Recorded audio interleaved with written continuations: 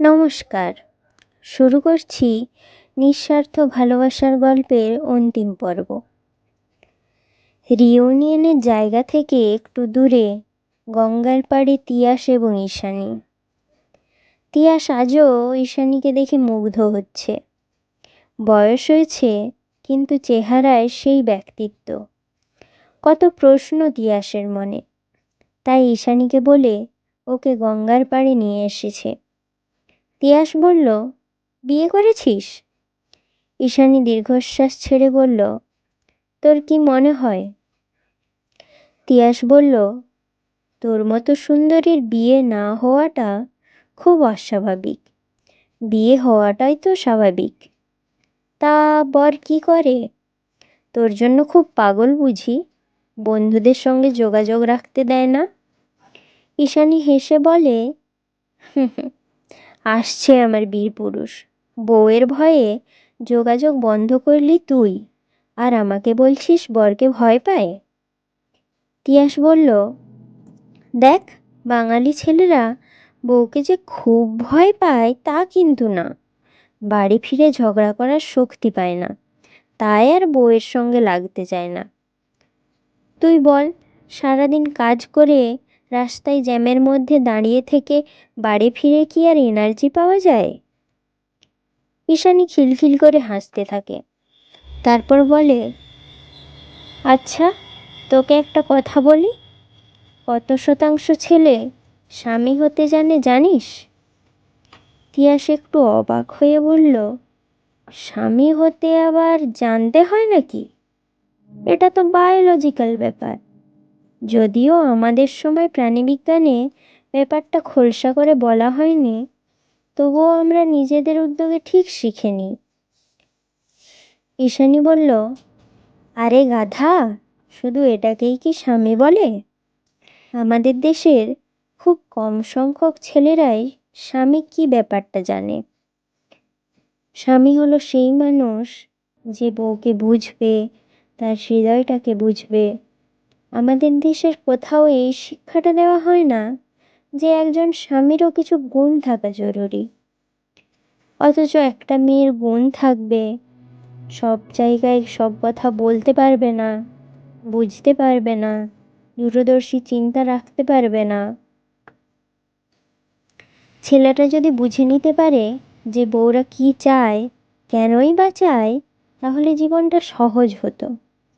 সে যদি সমাজের নানা প্রতিকূলতা থেকে মেয়েটার ঢাল হয়ে দাঁড়াতে পারে, বাবা মা এবং বউয়ের মধ্যে ব্যালেন্স করতে জানে, তার অফিস, ব্যবসা এবং পরিবারের মধ্যে সময়কে ব্যালেন্স করতে জানে, সে যদি জিহাকে নিয়ন্ত্রণ করতে জানে, দুঃখ বা খোঁচা দিয়ে কথা বলা এগুলো নিয়ন্ত্রণ করে উৎসাহ বা ভালোবাসা দিয়ে পরিবর্তন করা যায় সেটা জানে, তাহলে কত ভালো হতো।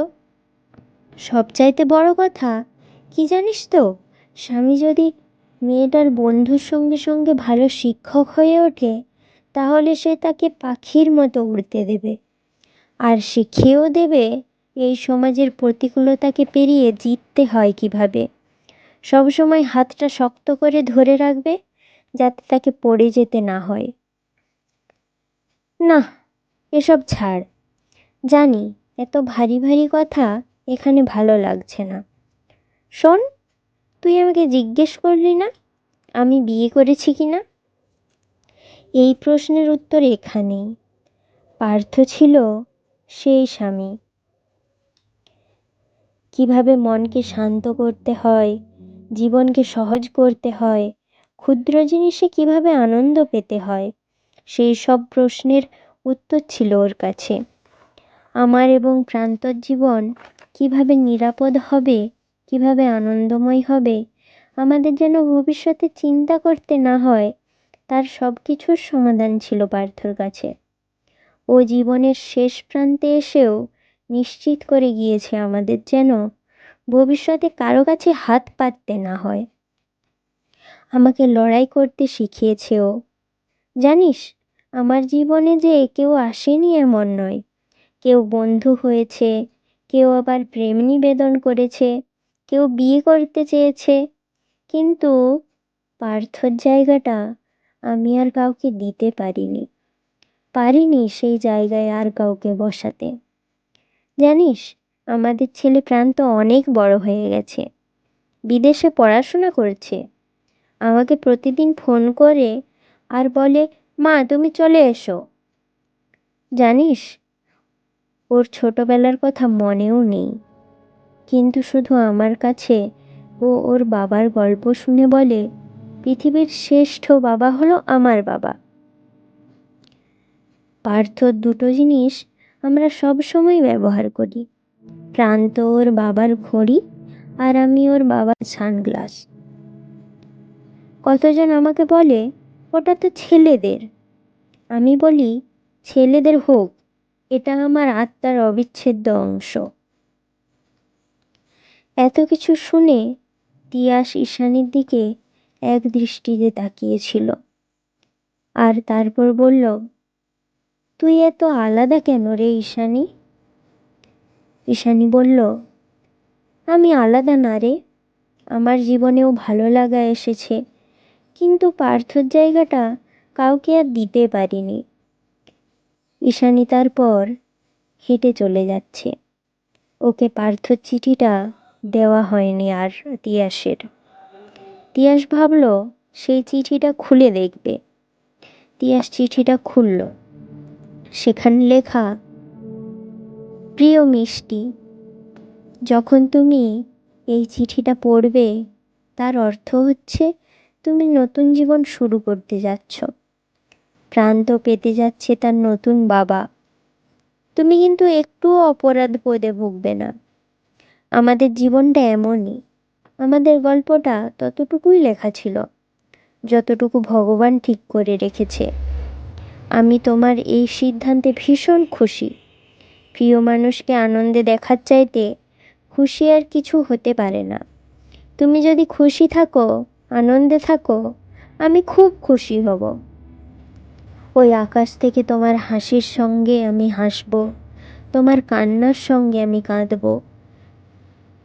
নিজের যত্ন নিতে একদম ভুলে যেও না। প্রান্তকে দেখে রেখো। আমি চেয়েছিলাম আমার ছেলে আমার হাত ধরে বড় হবে, সেই দায়িত্ব এখন তোমার। ও তোমার হাত ধরে বড় হবে, এবং আমি তোমাকে চিনি, আমি জানি তুমি সেই হাত কখনোই ছাড়বে না। তোমার নতুন জীবন আনন্দের হোক। ইতি, তোমার পার্থ। তিয়াস চিঠিটা গঙ্গার জলে ছুঁড়ে ফেলল এবং বলল, পার্থ, তোর গল্প শেষ হয়নি, শেষ হবেও না। তোর গল্প চলবে। তুই এক অদ্ভুত মানুষ ছিলি এবং অদ্ভুত ভালোবাসায় সবাইকে জড়িয়ে রেখেছিলি। এখনও ঈশানীকে তুই সেই ভালোবাসার মধ্যে জড়িয়ে রেখেছিস। তোদের এই ভালোবাসার গল্প চলতেই থাকবে। এখানেই শেষ হলো নিঃস্বার্থ প্রেমের কাহিনী। আরও নতুন নতুন গল্প শুনতে আমার কণ্ঠ চ্যানেলটি সাবস্ক্রাইব করুন। গল্পগুলি ভালো লাগলে লাইক শেয়ার করুন।